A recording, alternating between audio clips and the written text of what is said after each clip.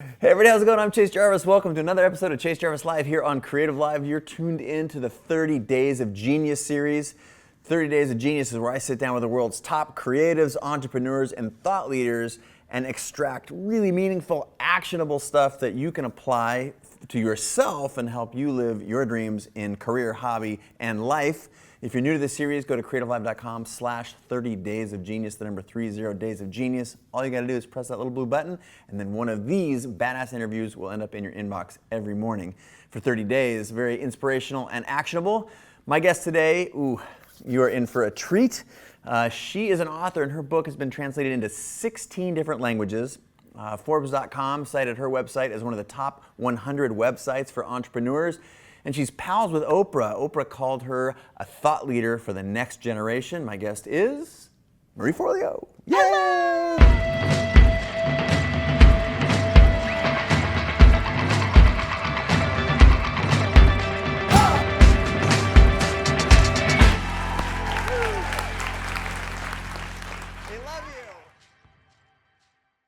Thank you so much for being on the show. Oh, it's my pleasure to be here. Thank you. This is our first, we've been in the same circle for years, but this is our first time in the same room together. And you know what happened? We got the memo. We did? To dress alike. Check it.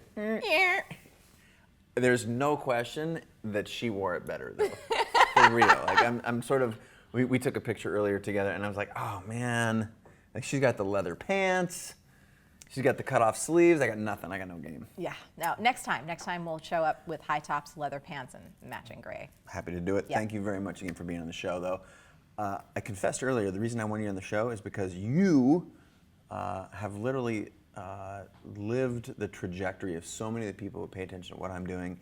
And there's not many of us out there, but it's increasing the number of people who are realizing that they can truly live their dreams and they don't have to live the life that somebody else scripted for them.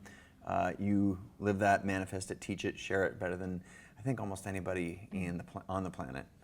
Thank you. So it was a requirement that you're on the show. So thank you for saying yes.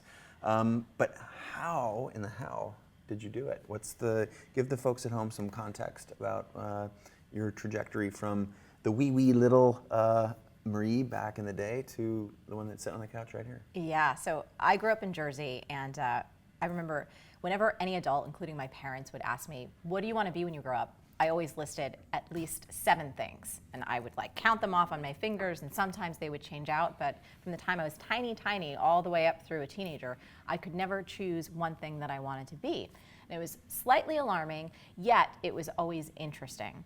And I've always been one of those people who's been fascinated with human potential. I was a cheerleader in college, so I have this personality that's just I want to cheer people on, I want to see them win, and I'm always interested in a lot of things. When I was in college, I was introduced to the world of spirituality and personal development through yoga and meditation, and that was kind of my first entree into that whole universe. And I was like, whoa, there's a lot here. So many cool things. And one of my ambitions, quite honestly, I knew I wanted to do something in the world that was both meaningful and I wanted to have financial freedom. You know, my parents got divorced when I was about 7 or 8 years old, and I remember my mom going through this kind of emotional breakdown. Understandably. Of feeling trapped and feeling like she didn't kind of do her life right. And I remember her shaking me really hard and saying, don't ever let a man control all the money. You need to be independent. You need to be your own woman. You can do this on your own. Don't make the mistakes that I did. So I had all of these different things swirling around. And by the way, my parents wound up only being divorced for 6 months. They wound up getting back together. They've been together for 40-something odd years. Oh my gosh. But still, that lesson and that whole experience Still of present. seeing so many fights around money and there not being enough, for me, I made a sacred promise to myself that I wanted to earn enough money as an adult where I could take care of the people that I loved, I could give it away to others, and I associated having a good amount of money with healing pain. So when I got into college and I was trying to figure out what I was supposed to do with my life, I first studied psychology because, again, I loved human potential and I wanted to support people and help people. But very quickly I realized the lens through which that class was being taught, it was okay, your parents have screwed you up, and blah, blah, blah. And I was like, whoa, I need to change majors immediately. And the next thing I was interested in, I loved business and I loved finance. My dad was a small business owner, so I had grown up being a part of his small business. Oh, that's cool. And business for me was something that was very intriguing because it felt like there was this creative aspect to it. One thing I didn't tell you about when I was young, art and painting and drawing, like one of those kind of 7 things I always said I wanted to be was either an animator for Disney or a fashion designer or just a fine artist. Ooh. So I had these different It's all there. pieces of my creativity, this ambition around business, but also this kind of humanistic side. When I graduated from school, my first job was on Wall Street on the New York Stock Exchange, and I loved it because I'm a human being that has a lot of energy, and there's literally no seats. So you don't sit down. You're like in the pit, you're running around like a crazy person. And while it was an exciting environment, and I was so grateful to have a job, and I was all of 21, very quickly I saw that while everyone around me was making bajillions, spiritually they were bankrupt. The lifestyle was like going out to strip clubs at 4 o'clock in the afternoon, lines of Coke, and I'm like, this is not my life. Like, I do not see myself here forever. And I remember calling my parents actually one day, taking a break from the floor and sitting out on the church steps and feeling like a failure because I remember how hard they worked to put me through school. I worked very hard, and I was like, I feel like I need to quit this job. This sucks. Yeah. This isn't me. I don't know what I'm meant to do, but this is not it. And they were really cool and really supportive, and they said, my dad, he's like, you have to find something you love. If you don't want this, quit. You're a hard worker. I've worked since I was like 9 years old. I've babysat, sold glow sticks, Carvel ice cream girl, worked at the beach. Ice cream girl. Yes. Nice. I mean, high quality. I did not know that. That's always, rad. from the moment I could earn my own money, it was something really important to me. So my parents were like, look, you're a hard worker. Like, quit this job if you don't want it, but you have to find what's going to light you up in this world. Otherwise, nothing is worth it. So I went on an odyssey after quitting Wall Street, not knowing what I was supposed to do with my life. And I took some art classes in Boston, went back to bartending and waiting tables, and was really trying to figure out how do I blend this desire and passion for business with my creative side. And I thought perhaps magazine publishing would be a good industry. That was kind of like the first thought that came to my mind. Worked in ad sales for Gourmet magazine. Got it. And was like, okay, there's commerce, there's creativity. I happen to have a seat right next to the test kitchen, and I'm a girl who likes to eat, and I love snacks. I'm Italian, so it was like I was always getting this kind of, hey, Marie, there's the test kitchen. We're trying out this recipe. I'm like, this is an awesome job. But about 6 months into my job, I realized I did not want to become my boss. I looked ahead. The woman who was a publisher of the magazine, she was great. I respected her, but I could not see myself staying on that path. Yeah. And I had this feeling like, oh my gosh, I quit Wall Street. Now I want to quit this. Like, am I broken? What's wrong with me? I'm ambitious, but I can't seem to hold down a job because I don't like them. And I had a conversation between me, and I said, okay, maybe you've just been a little bit too heavy on the business side. You need to go more towards the creative. So I got a job at Mademoiselle, which was a fashion magazine in Condé Nast. Yes. Fashion department, going, okay, I got this. Now I'm going to be doing now I'm like at home. layouts and editorial and, you know, all this creative stuff. And I got to tell you, Chase, it was like 6 months in, started having that same feeling, looked ahead at the editor-in-chief, lovely human being, but quite frankly, I was like, I kind of knew their salary range, and I'm like, Not gonna make it. not gonna make it, not enough for me, and it didn't feel soul-fulfilling. I felt pretty empty. And it was at that time when I was on the internet, when I probably shouldn't have been, and I stumbled upon an article about a new profession at the time, this is back in the late 90s, called life coaching. I'm 23. I read this article, something in my entire body like lights up and vibrates like nothing has ever done before. Completely. Yeah. And the logical part of my brain said, are you friggin' nuts? Like, who the heck is gonna hire a 23-year-old life? You haven't even lived, you're crazy. Right. But I couldn't deny that there was something in this, and I've always been a person who lives my life by intuition and by what feels right, not necessarily what is logically right. Yeah. And so I signed up for a 3-year coach training program and started studying at night. It was all virtual. It was like one of the first coach training institutes here in the States. And I worked at the magazine during the day, and I was just going along until one day I got a call from HR at Condé Nast about a job opening at Vogue. That was my fork in the road. It was go work for the top fashion magazine in the world in their accessories department, or quit and do this like weird life coaching thing and you're 23 and you have absolutely no experience. No life experience. You're thousands of dollars in debt. This sounds weird and kind of cheesy to your brain, but something about it's awesome. So I quit, and I went back to bartending and waiting tables, which is how I helped put myself through college. And I worked my tail off at night and tried to figure out how to start a digital business during the day. And I used really the internet. I remember, because I was in New York City, and there's always people like willing to take your headshot, do all that stuff. And so I remember getting headshots done that made me look about 15 years older than what I was at that time. And I just completely used the internet to mask my age. I never lied to anyone, but I gave the appearance that I was a bit older than I was, and I started creating content and publishing an email newsletter and like getting every bar patron when I was bartending like on my newsletter. I actually had a yellow legal pad that I would, if someone would ask me like, well, what else do you do? I'd say, actually, I publish this amazing newsletter, and I get their name. And again, this is all before opt-ins and for sure. that whole world. Yeah, I remember. So that's how I got into it, and that's how I started to do eventually, what I do now. There are so many things. I'm trying to hold on to like 25 different things that you just said. Sorry. No, I love it. I asked you to like the open-ended question. That's really what I wanted to do, so that the folks at home who are on the other side of these cameras right now, hello people, so they could be grounded in you.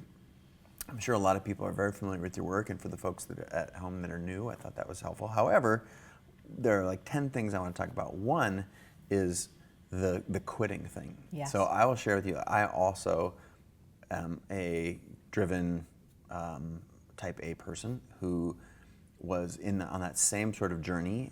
For me, I dropped out of an opportunity in professional soccer. I bailed on medical school, dropped out of a PhD in philosophy. So like quit. And quitting all of the things that so many of the people in my world at the time were like, are you crazy? Like, this is like, who wouldn't want to go to Europe and play professional soccer? Who wouldn't want to, whatever the thing was. And there was also a script that was a cultural script, a society script that I was listening to. There's a soundtrack in my brain that says, if you want to be successful people in our culture are doctors, lawyers, And those two things were very, very hard for me to overcome. But you said something strong, which is what I want to land on first here, which is intuition. So how much of your directional path would you attribute to intuition? Was there the psychology of, were you calculating salaries and all this stuff, or was it very much about what was in here and any variation therein? I would say at least 90 to 95, if not 98% intuition. There's the part of my brain, and again, living in Manhattan and understanding that I was in debt after college and that kind of stuff. So of course my brain was thinking, okay, salaries and numbers and money and some dreams, but it was all about intuition. And my mom gave me one of the greatest gifts ever. As a little girl, she always taught me to listen to that little voice inside. I mean, since I was tiny, she's like, what does that little voice say? And so I had this training all growing up. That's an amazing gift, by the way. That's a very powerful gift. She's incredible, and she always taught me, she's like, that little voice is going to tell you things all throughout your life, and it speaks quietly, but it always is right. And the more you listen to it, the louder it gets, and the more you're going to trust it. And she's never betrayed that little voice. And so hearing that throughout. That's like the best advice ever. Yes.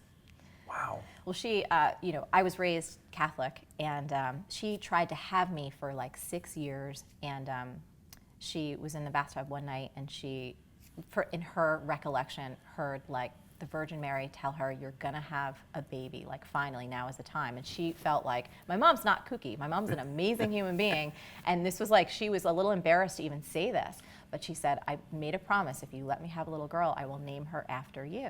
And she didn't want to, Mary just didn't sound right, and she's like, Marie is gonna be after you. So she's like, I know that little voice, there's something larger. There's a thread, got it. Yes, at play. So to answer your question, Yes. Mostly intuition, and that has been true my entire life, and it is true to this day in business, where I say no to opportunities or take things off the market or kind of walk away from things that people are like, how could you possibly walk away from that? Yeah. It's so powerful. There's this double-edged sword that I find, and again, I'm hoping to extract this from you, mesh it with my story so that maybe we can break through, because there's so many people on the other side of these cameras that have that intuition. And then there's that cultural voice that says, either I'm not good enough, or now's not the time, or I'm not worthy, or I could never, or this is crazy, or I'd be so foolish, I have a mortgage, my spouse would kill me, Yes.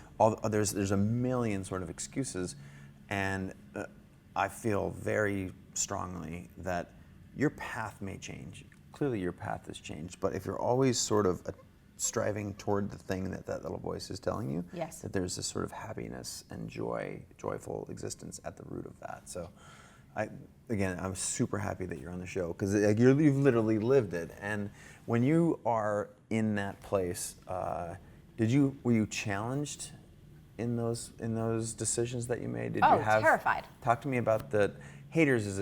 That's your classic internet term, but talk to me, because there's people who aren't haters, that are just your friends that are like, Yeah. ooh, geez, and people you like and respect. And I mean, so I how do you had fight through that? My own version of that. Yeah, like we all do, wanting right? to become a life coach, it sounded ridiculous to a certain part of my brain. It sounded cheesy. It sounded like not real. Like there were all these things that I was saying to myself, and then of course my friends who were lawyers and who were accountants and people that I loved and admired, highly educated, doing great things, were like, well, what are you doing? Like, what does this mean? Oh, you're gonna make hundreds. Yeah. Like, who needs what? That's just weird. And so, yeah, and I'll be honest with you, one of the things that I think is probably my least favorite question to be asked is, what do you do? Because I'm like, well, how long do you have? There's a lot of different things that I do. So I think it's really normal to experience that. And I think especially if you're creating things in this current modern time and you're putting out your art, your photography, your writing, your product, if it's a business or a service, you do have to be able to contend with people that don't get it, don't understand it, don't like it, think you're weird, think you're crazy, have judgments against you. And you have to be able to learn to navigate that stuff. Brene Brown is one of my favorite humans. She has this list. She keeps it. She says it's like this big. I think I have seen it. It's very small. She folds it in half and it's in her wallet. It's the list of people that she cares what these people think of her, and it's so small. Yes. And then there's this other level for her of people who are in the arena. I would say you and I are in the public eye, yes. in the arena, and then there's a respect there. Like, ooh, like if Marie tells me, Chase, you're going off the deep end, a little kooky. You should check yourself. I will listen to your criticisms because you are in the arena, so to speak. You've sort of been there and you're doing that, and out of a professional respect. Unless you and I didn't respect one another, which is not the case. And then there's everybody else. Yes. And 99.9% of the criticism comes from that everybody else pile, and you have to make a decision who to listen to. Do you listen to anyone in that pile? And there are so many people in that, people that you like and trust, and people that have known you for 25 years, and it's a powerful vehicle to listen to your inside. I found that, especially though, speaking to that bit about the other people in the arena, in near 17 years of doing what I'm doing, I ask my friends for feedback, but I have never had anyone come and come down on me. Yeah. Do you know what? It's like, For sure. I find that other people that have the courage and the bravery to do something, even if they don't agree with what I'm doing or they don't like it, they're like, you good go. for you. Hell You yeah. go do it. Yeah. You go do it. I think that's, to me, that's a huge challenge. There are people, we talked a little bit about this before the camera started rolling. There's people that I talk about going from 0 to 1. Yeah. Who haven't yet started this path or their path. Yeah. And then there are people who are on the path but want to get better. And it's very, very rough, obviously, two piles of people. But this particular part of the discussion is so pertinent, so relevant to the people who haven't started, because you have a job, you probably have a mortgage or rent, or you have your own aspirations, but there are so many people, I don't even think they wish bad, but they're trying to give you good advice, but it's the advice of following sort of safe. Yeah. Talk to me about safe versus unsafe career path. I think there's another mantra. My mom, I'm such my mom's daughter, that has driven me my whole life. And she taught me this very simple idea by me watching her. She grew up in poverty and without a lot of money. So watching her as a young child always figure out ways to fix things and to do things, and she had no more than a high school education, from putting the roof together, if they're having a leak, retiling the bathroom, fixing things that she had no business. This is the 80s. This is pre-internet, pre-Google, pre-YouTube. She just figured it out. And so this phrase is, everything is figure outable. And so when people talk to themselves like, well, I can't have a mortgage or I can't have this. It's like, wait, all of this is honestly figure-outable. It really, truly is. You just have to be willing to use your creativity and to think outside the box. I was talking with, I run this program called B School, which is online business school for modern entrepreneurs, and we had coaching calls today where I love getting to interact and answer questions.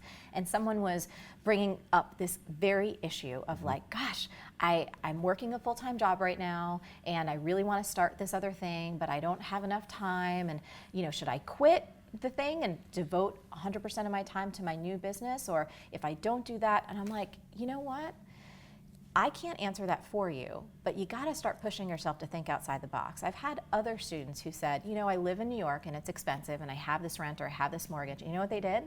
They sold all of their stuff and they moved to another country that was a fraction of what the living expenses were in Brooklyn, so that they're like spending $400 a month to live so they could have all this freedom to go for their idea.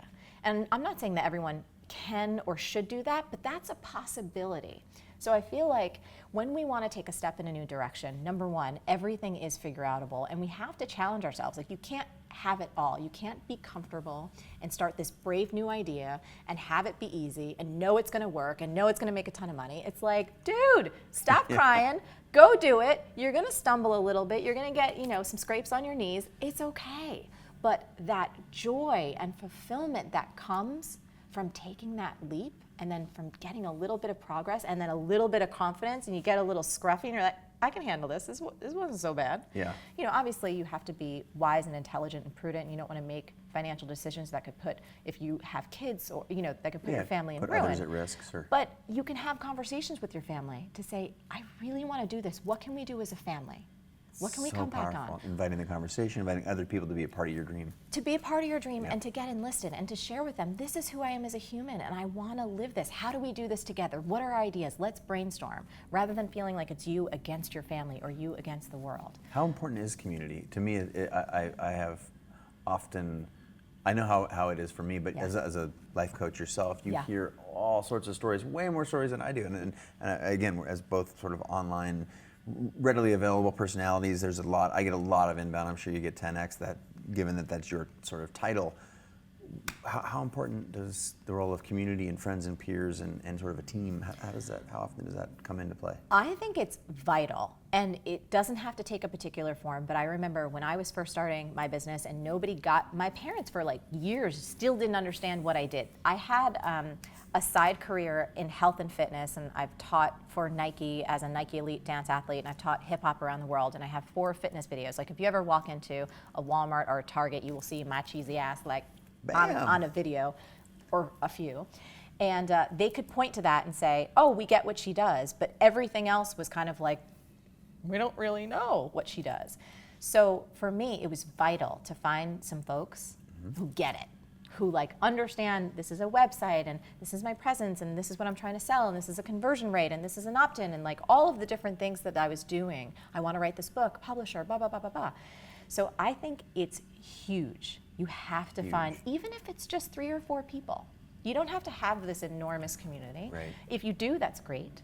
But you have to have people that you can connect with, because here's the other thing, especially in relationship, in terms of couples, I think we much too often look to our significant other and want them to be everything. We want them to be our lover, we want them to be our best friend, we want them to be our shopping buddy, we want them to be our business advisor. It's like, you can't go to one person for everything and expect them to get it. And the same is true with your family too. It's like you need to spend quality time with them and then kind of have all these creative fun things off with your posse who like digs it. Yes, oh, I love this. All right, so we're gonna stay in the 0 to 1 group, people who are really like, they're stuck and they want to do something instead of doing nothing. So you go back to you as a life coach. I'm just throwing out a couple of hurdles that I've heard of, I've personally experienced, as in like I had to deal with that, and also that I get beat down with from people who are trying to unlock their potential. Yep. You have 10x the inbound on that kind of stuff. What are some other major hurdles? And then give us a couple of solutions to, like, as you said, like, buck up, little camper. Yes. you had a great phrase. Well, I won't try and mimic it, but you do. You have to stop crying and stop whining and just do it. Like, nothing is really that, like, nothing you can do, honestly. Most of us, the things that we want to do, if we fail, like BFD. Yeah. So who cares? Yeah. Like, and with our tools at our fingertips, we can create things for almost nothing. We don't have to invest a ton of money. You don't need some $10,000 website. You can create amazing videos on your iPhone. You can publish things for free. Try it. Try it. Try it. What are some other blockers? Fear. Fear is a big blocker. I think the fear of being judged, the fear of people not liking it, the fear of being criticized. This is probably, I think, one of the biggest blocks that stops people, especially folks who, I've always called myself a multi-passionate entrepreneur because I like so many different things. And I'm like, well, I'm not just about business. I'm not just about life, not just about spirituality. It's like a lot of different things. That's who I am. Whenever anyone has heard that term, multi-passionate entrepreneur, they're like, me, yes. I am one too. But what stops them up is going, wait, which one should I choose? How am I supposed to know for sure which passion or idea or business idea or creative possibility should I just go whole hog in? And if I have 5 and a full-time job, how am I supposed to whittle this down and vet this? So I think that's probably one of the other things that stops people from moving ahead is a lack of clarity. One of the biggest solutions for people, this is really easy and it helps so many folks.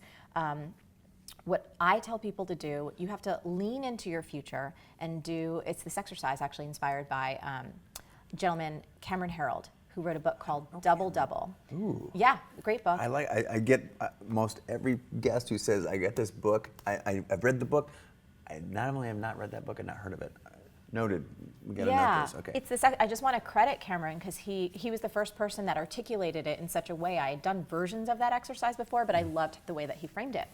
And he calls it something different now, but in this particular version, it was called the painted picture exercise.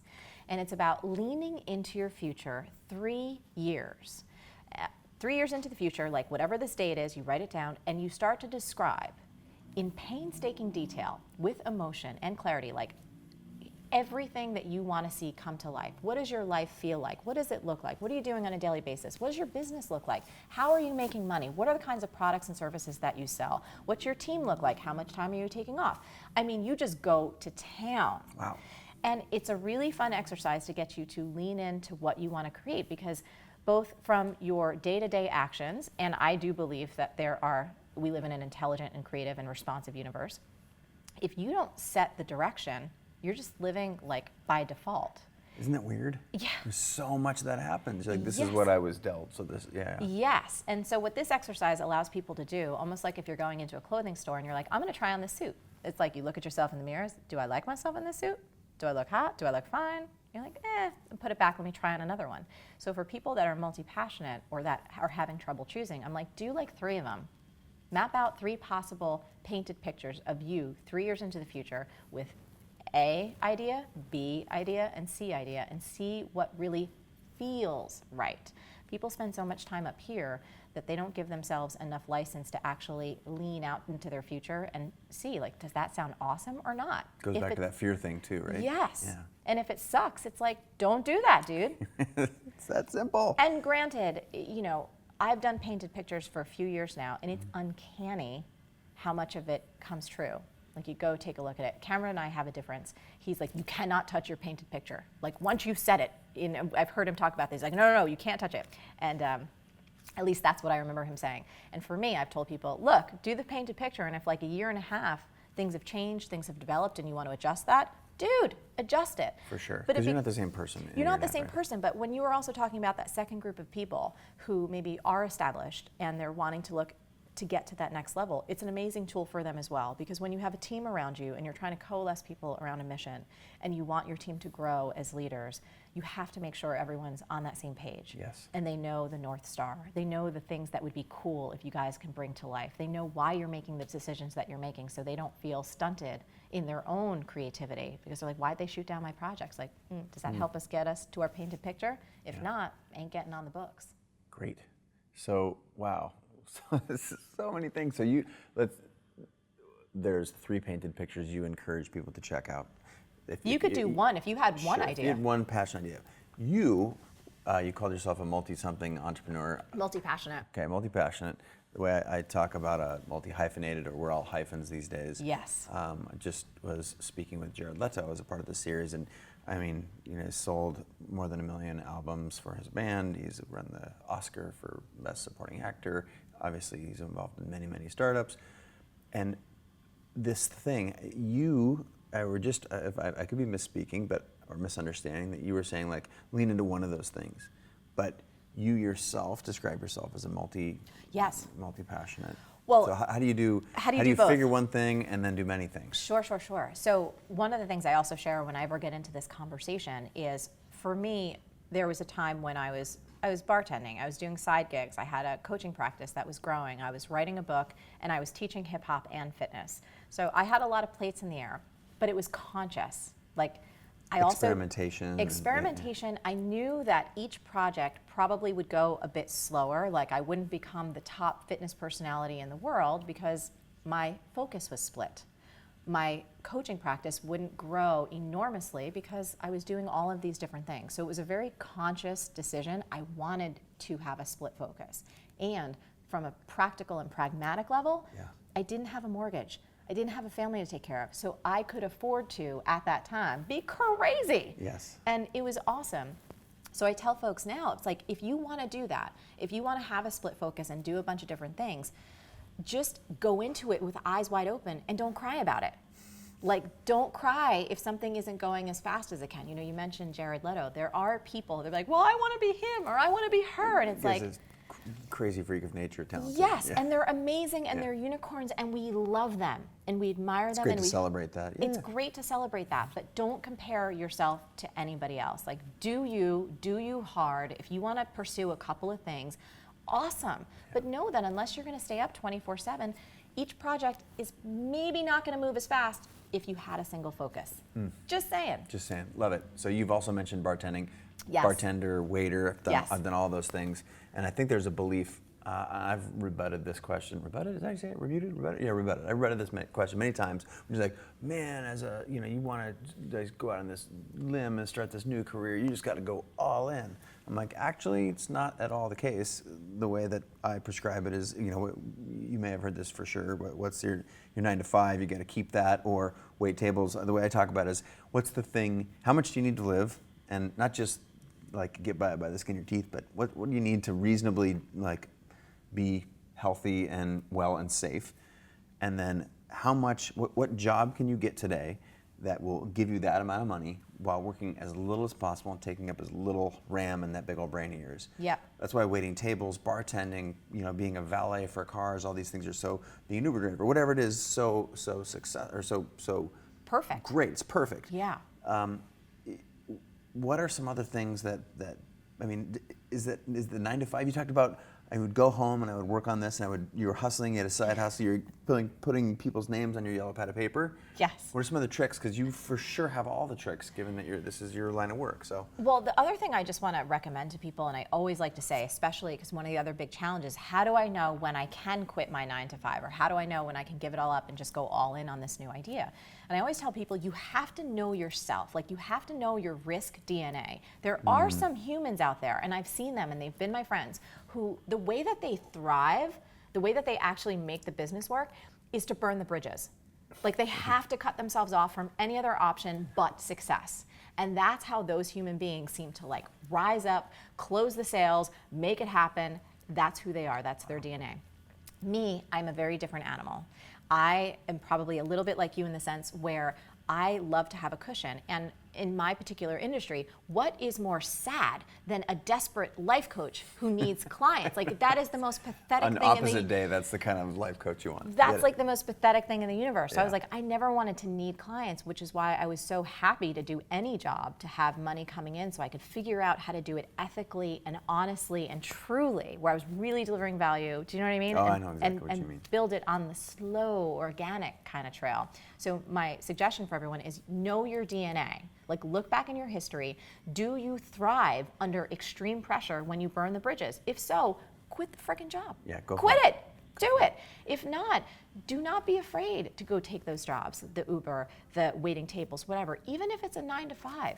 And again, I would challenge people. You don't have to live in this country. You don't have to live in some of the most expensive cities in the world. Like the gentleman I was talking to today, God bless him. He's like, yeah, I live in New York City. And I'm like, dude, move the F out of New York. Like, it's insane. Right. Like, if you're looking to kind of cut down and create more space and more, freedom and flexibility, kind of, There's other ways to do things. And I don't think people give themselves enough permission to challenge their own assumptions about what's possible for them if they really, really want it. Like, take to heart that idea, everything is figure outable, and do not rest, do not stop until you figure it out.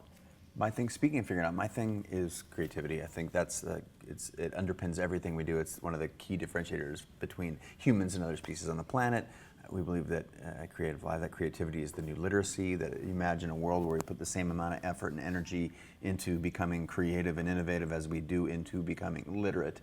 And what kind of a world could we have? So, yes.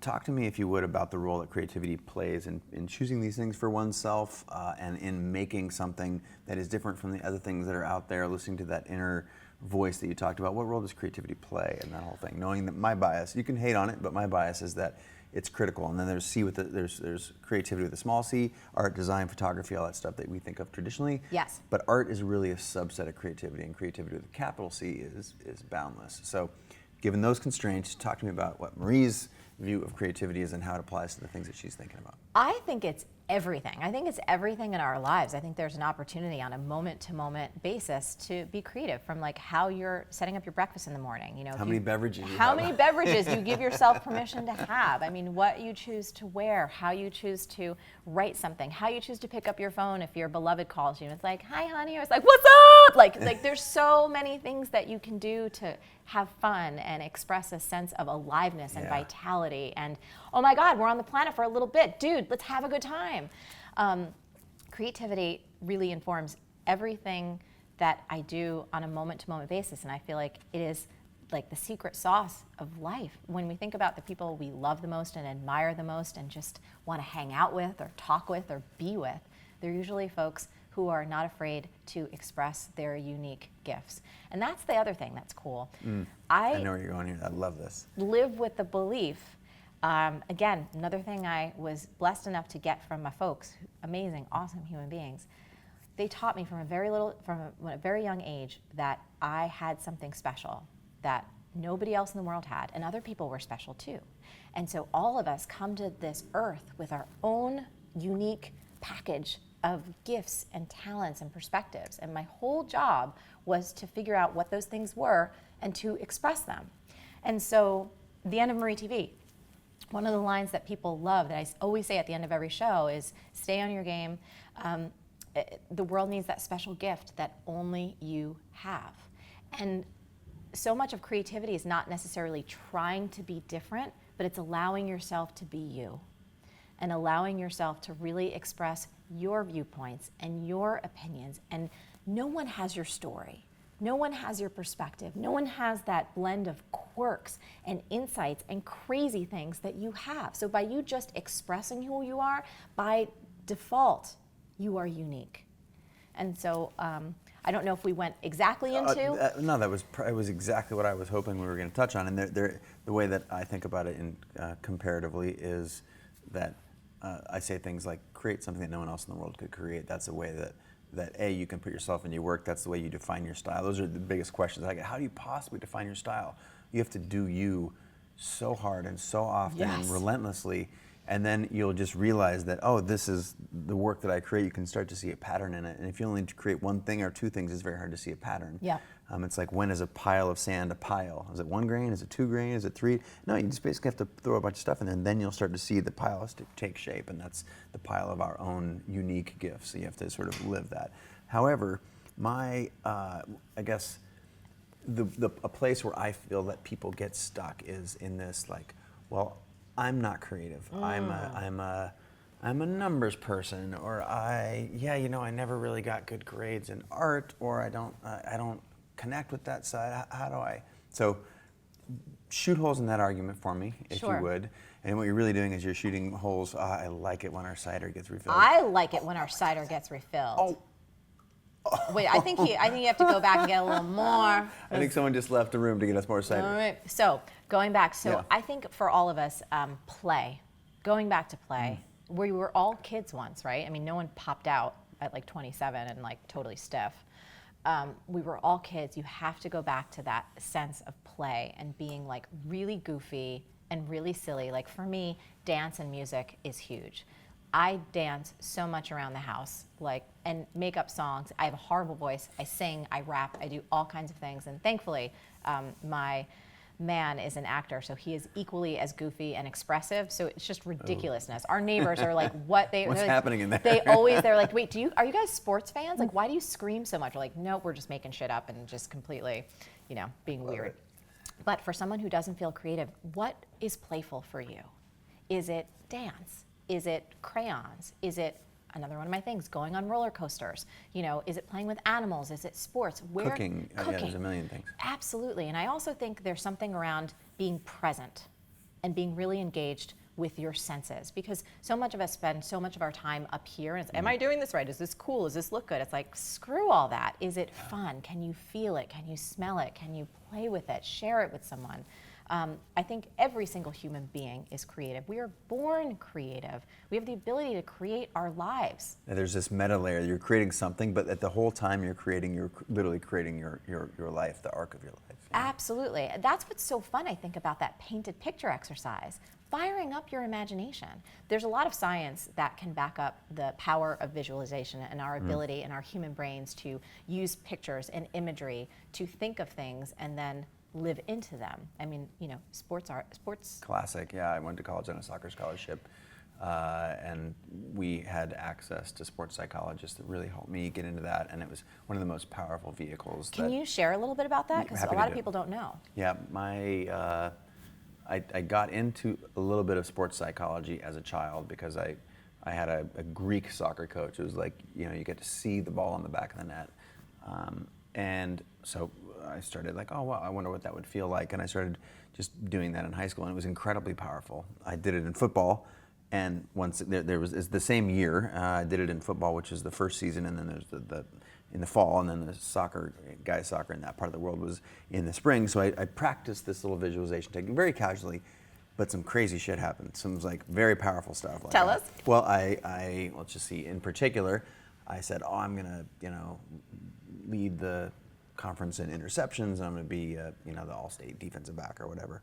That happened, and this was very casual. And the way I would do it, I would just sit down once a day, and I would think about that for like 5 minutes. And it was very casual. I literally read a 100-page book or something like that back in the day in high school. And then I was like, okay, that was powerful. I'm going to lean into this a little bit more because I got a really important soccer season. I want to be able to go to college on a soccer scholarship for either football or soccer. So I really sunk some energy into that. And I visualized how many goals that I was going to score in my senior season. And I literally scored exactly that many goals. Now, you can dismiss this stuff as coincidence, and the world works very hard to do that, by the way. I don't know why we work so hard to actively dismiss these amazing things that the universe delivers to us. And that's a part of our brain and neuroscience. Yeah, neuroplasticity, all these things. And so when I went to college, and it was the top, one of the top soccer schools in the country, San Diego State. We had just lost in the national championship the year before I went there. We had access to sports psychologists because the school has a psychology department, and they're looking for people to train, and we're looking to get better. And I found that whole experience so powerful. And in fact, as maybe 10 years later, when leaning into, it's ridiculous that it took me this long to map that same sort of psychology around what I wanted to make and be and do in the world. 10 years later, I applied that to my life, and it's literally the reason I'm sitting here today. It led me to meditation, I have a visualization and gratitude practice I do every day and have done for years and years and years, and it's certainly the most powerful force in my life, maybe outside of love. But it's very, very, very powerful. I mean, everything that we're talking about here, if someone has the impulse or the desire, they want to be more creative, talking about that painted picture exercise. And I love that exercise. It's so powerful. Your mind's ability to go like, well, what would I look like? How would it feel for me to be creative? And just let your imagination start to fire up. I can think of no better exercise if you want to increase your creativity than to fire up your imagination and start dreaming about what's possible. There's one phrase that we use on my team that always leads to amazing results, and this is always. That's a powerful word too. It really is. We do good stuff because I love this content. Yeah. I love these practices and these ideas, and for me, it's not just about like, oh, how do we have a happy, great life? For me, I'm really passionate about the billion and more people in the world who are living on $2.50 or less a day, the bottom billion. how do we take these ideas? How do we help heal the planet? How do we get everyone over here who's kind of doing all right to like start putting our focus, like how do we lift all of us up? So this phrase that works for us like crazy, any team can use it or any person. Wouldn't it be cool if? And you just start going off.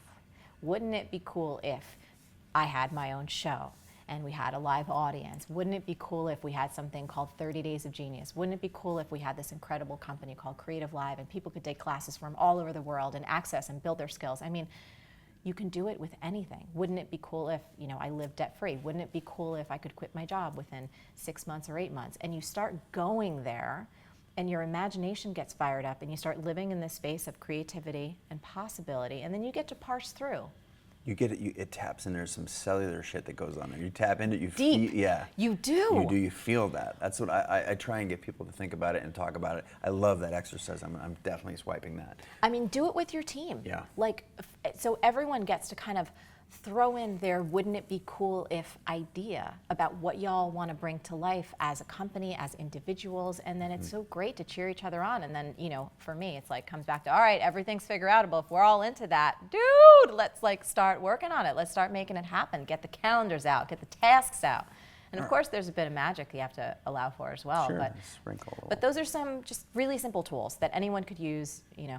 Thank you for putting a bow on that. That was very great. I want to dive into some specifics about Yes. your projects in particular, and then you. We'll Yes. do a little speed round a little bit later. But in the meantime, so B School. Yes. What a cool thing. Congratulations. Thank you. It's a powerful vehicle. I've read a lot of testimonials. I've talked to some people who've taken classes. I know some of your affiliates, and there's just nothing but goodness out there. So what led you to create it? Tell people a little bit about it so that if they're interested, they can jump in. Sure. So B School is my online business school for modern entrepreneurs, and it really teaches people how to fuel higher profits through their higher purpose.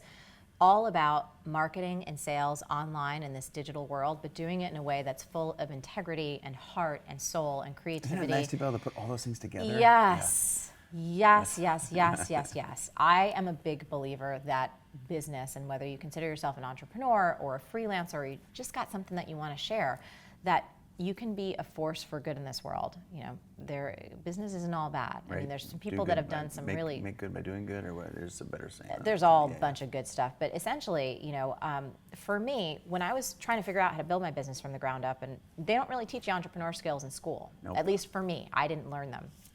And I would go around and I'd go to seminars and conferences, and I'm a lifelong learner. So I'm constantly looking for things to help me grow as a human being and as a business person. And most of the conferences I went to at that time, again, this is like early 2000s, most of the folks teaching were men.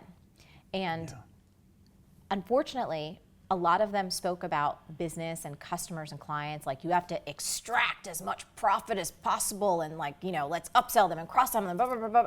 And I got it, but I said, this is disgusting. Yeah. Like, I feel like I need to take a shower. The actual presentation of the educational material was shit. There was no design elements. Nothing was pleasing aesthetically. There was like kind of no sense of humor besides a really crude sexist sense of humor. And I remember finding myself just at conferences feeling super like, oh my God, it's like a sausage party. Like where, like I don't have anyone to, none, hardly any. After I went to enough of those, and because I was growing my business, I was teaching dance classes, I was doing all these things, I started to kind of amass a female following. And a lot of the women would ask me, how are you doing what you're doing? How do you have this coaching practice and you teach these cool dance workshops all over and you seem to not be crazy and you're doing great?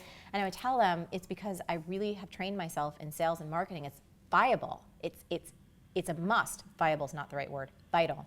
Vital. Yep. The cider is getting to us. It's fun though. I'm gonna have another drink in a minute. Good.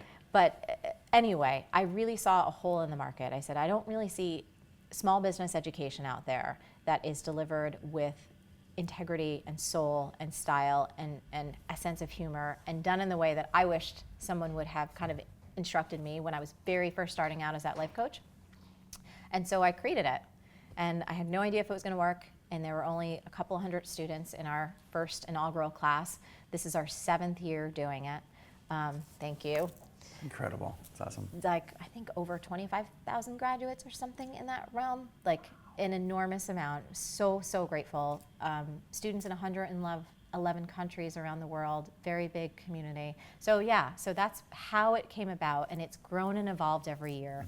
And so what we teach is really evergreen marketing principles and really helping people understand, like, you know, this is what you're doing. Let's get clear on your profit picture. What's your purpose? Like, let's really get clear on your gifts, how you're going to differentiate yourself strategically and also on a soul level.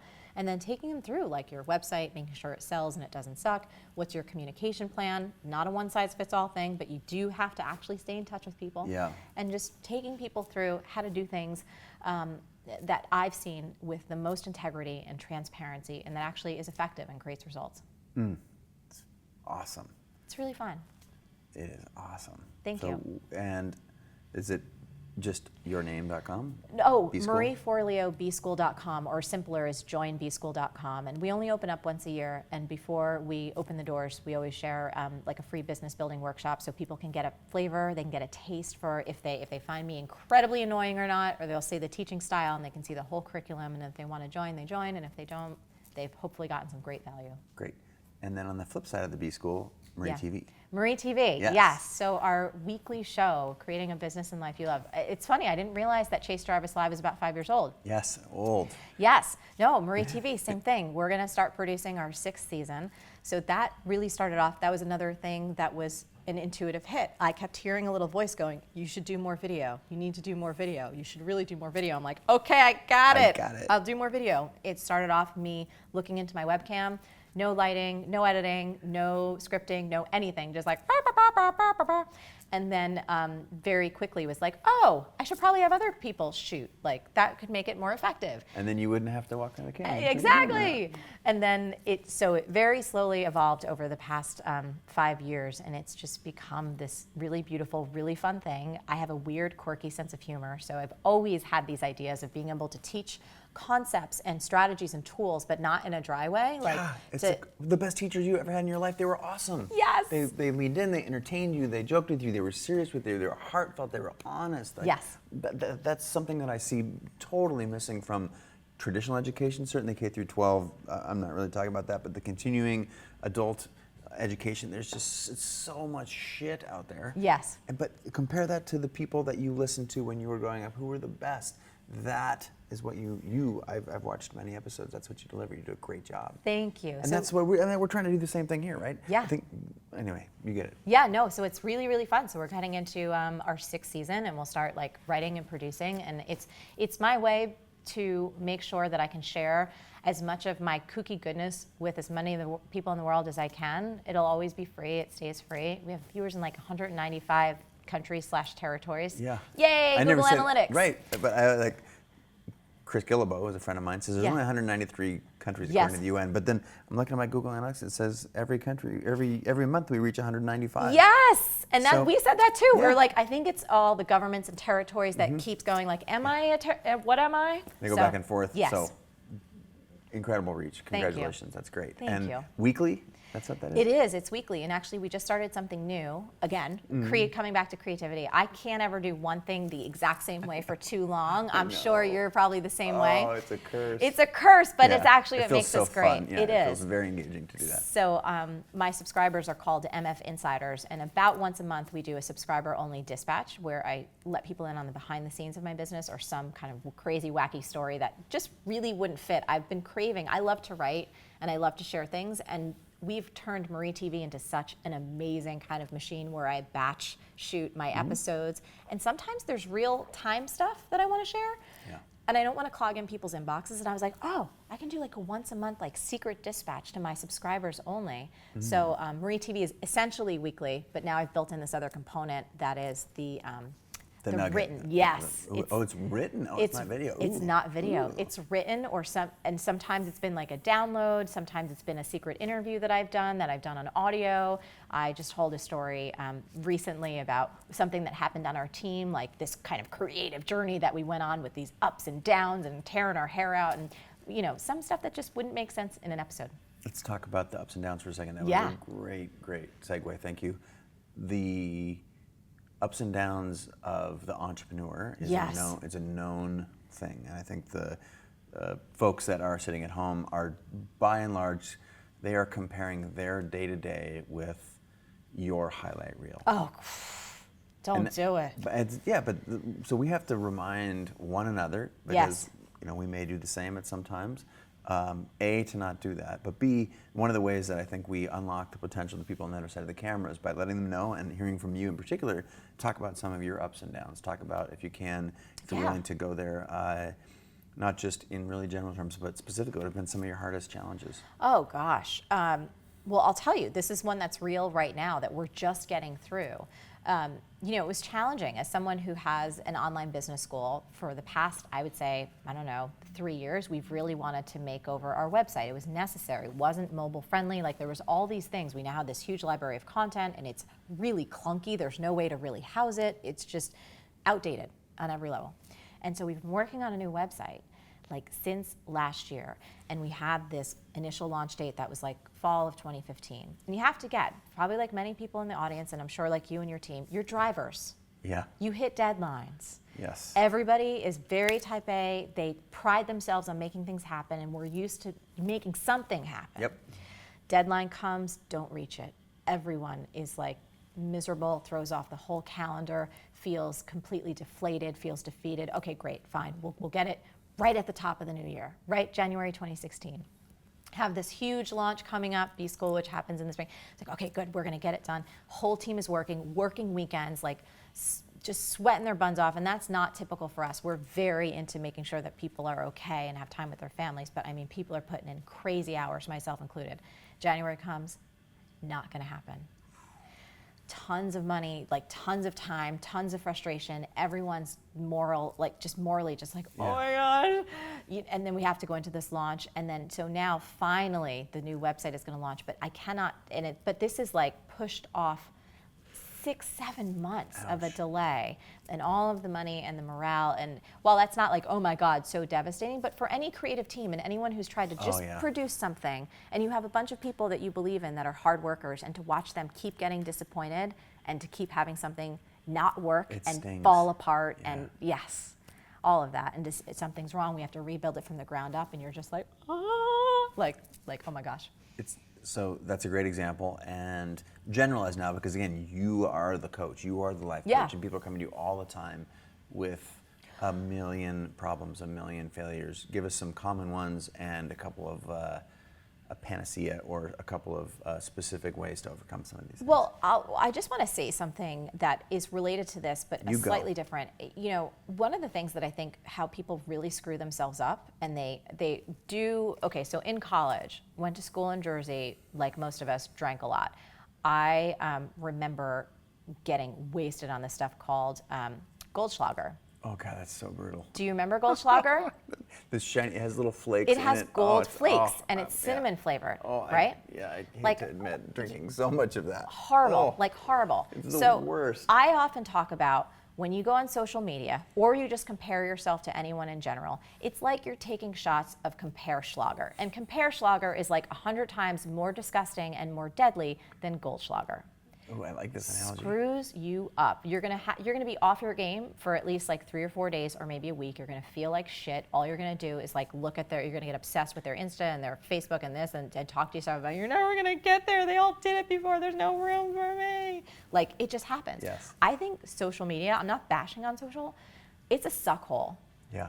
It's a suck hole of time and of energy, and what people do 99% of the time is compare themselves to others and come up short. Sit back and compare, and all of those things are things that are working antithetically towards your, or not working toward your goal. They're antithetical toward your goals. So one of our mantras is always create before consume. So create before you consume. Don't wake up in the morning and go feed yourself some Compereschlager and go through all your feeds. It's literally the worst thing to start your day. It's the worst thing to do in the world. And I was sharing with someone who was talking about gosh, I don't know how I'm going to get all this stuff done, and I don't feel it, because overwhelm is one of the big things where people feel like they're failing because they're stretched to the max. There's never enough time. They're falling behind. They should be so much further ahead by now.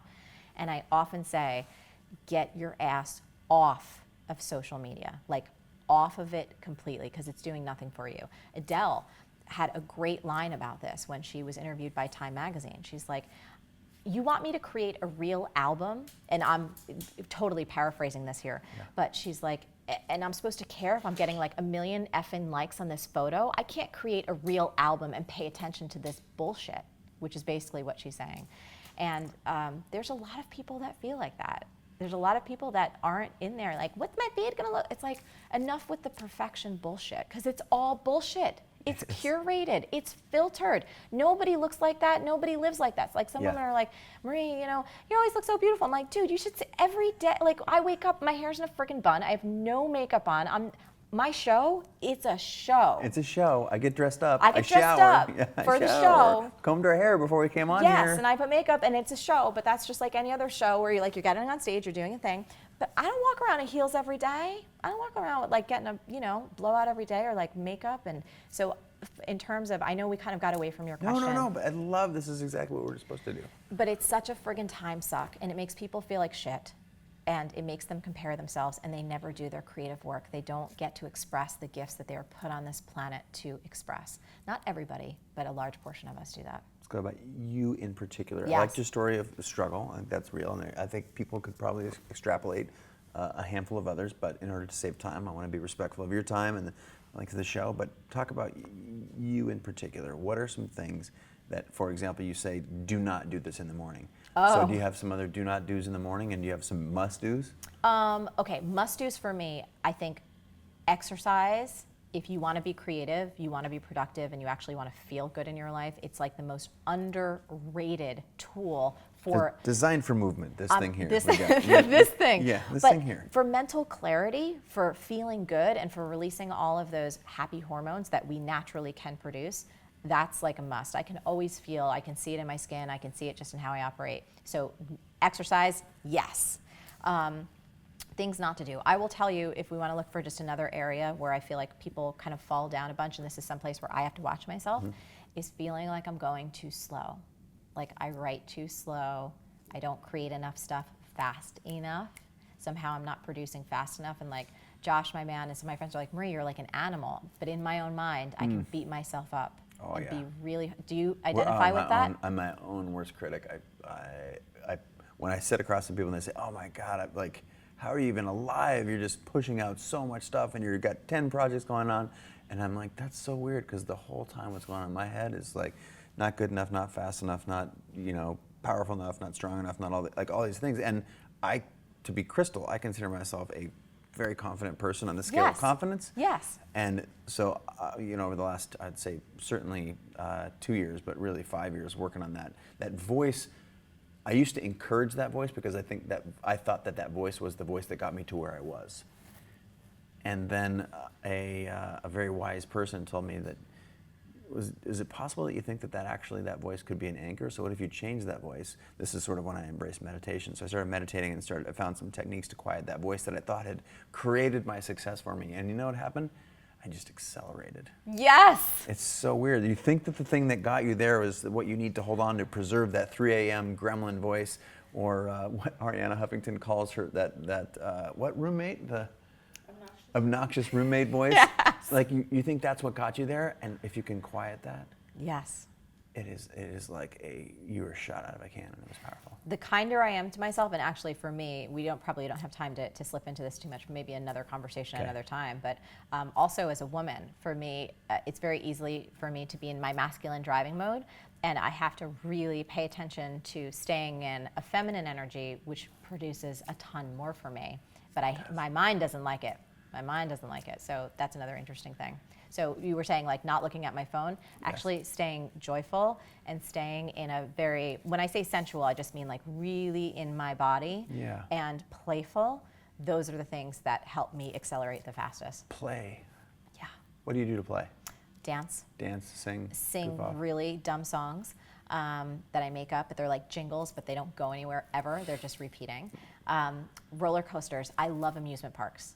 Like I could go on roller coasters. I love this about you. All day long, and I'm always looking for friends. I don't know if you like roller coasters or not. I would go to Disneyland with you. Awesome, because I don't have many people. A lot of people have vertigo or they just get motion sickness, and I'm like, let's go again. And also more fun. Let's see.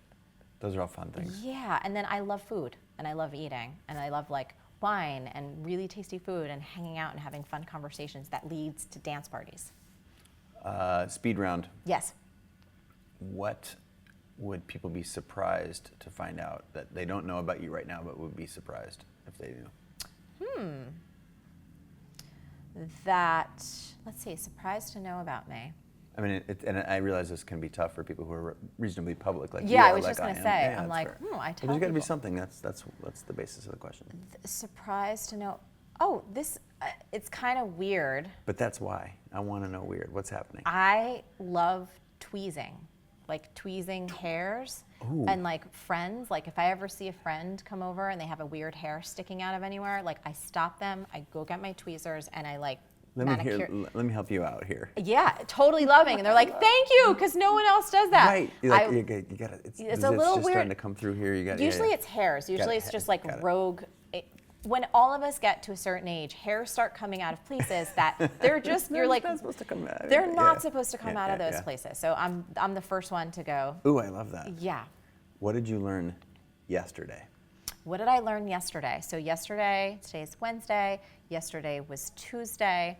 We are in the city of Los Angeles. We are in the city of Los Angeles. Oh, goodness gracious, great balls of ChaseJarvis. I learned that I love looking at, I make this thing called a Buddha bowl, all vegetables, and I loved how it looked. This is like kind of dumb. No, it's great. It looks amazing when there's hemp seeds and pumpkin seeds on top, and I just kind of want to hang out and not eat it. It's just this perfect, gorgeous display of food that is like art. Morning or night? Both. Wow. Think about that for a minute. Meat or vegetable? Both. It's horrible, right? Yes, I know, it's but hard. it's the truth. All right. But as long as the meat is grass-fed, not that often, mostly veggie, but there's times when mama needs a burger. Something you do to get unblocked, unstuck, like you're jammed up. What does Marie do? Oh my God, I do like the silliest dances, like really geeky dances, and to Josh, my man, like I just turn the music up really loud and make like baby noises and do these ridiculous dances and get him laughing, and then I start laughing. And then That's blocked on a small scale. What about blocked on a big scale? oh, blocked on a big scale. You're Cry, stuck. super stuck. I cry, and then I call like one or two friends that totally get me and that I can just like wail on about how much I suck and cry, and then we kind of talk through it, and then I'm like, okay, I can go back. Music? Hip hop. Awesome. I mean, I love all music, but if it's like, you know, if I'm cooking, I'm it's Frank Sinatra. If sometimes it's like Latin jazz. If I'm driving to a fitness class, it's pop music because I just want to get in there. But all other times, it's hip hop. And what did I not ask you that I should have, that you have a piece of information that I have not uncovered in this hour and 15 minutes? Ask me about my favorite genre of movies. Ooh. Well, man. Okay, let's go books and movies. Go ahead. Okay. Zombie movies, horror films, not slasher, not slasher. Not slasher. Not slasher, no. Not overly violent. Crystal, got it. Supernatural, like The Conjuring, one of my favorite recent movies. Anything with zombies, I am in, and I will watch it like 5 or 6 times. Wow. Yeah. Books. Favorite book of all time is The War of Art by Stephen Pressfield. Incredible book. I isn't it? read it like it's always near me or with me. I never get tired of it. I adore him. I interviewed him a few times. Like I love him so much. Oh gosh, I haven't met Stephen. I love him so much. Like if I could have if he could be, you know, like part of my family or an uncle or something. Yeah. Like I love him. I know exactly where that book is sitting in my house on my bookshelf right now. I pick it up. Weekly might be a stretch, but certainly monthly. Yes.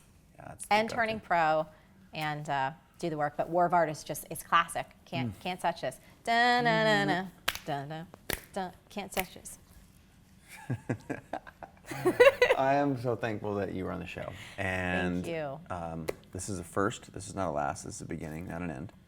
And Pinky swear? Yes, thank you. Pinky swear. Coordinates on the internet.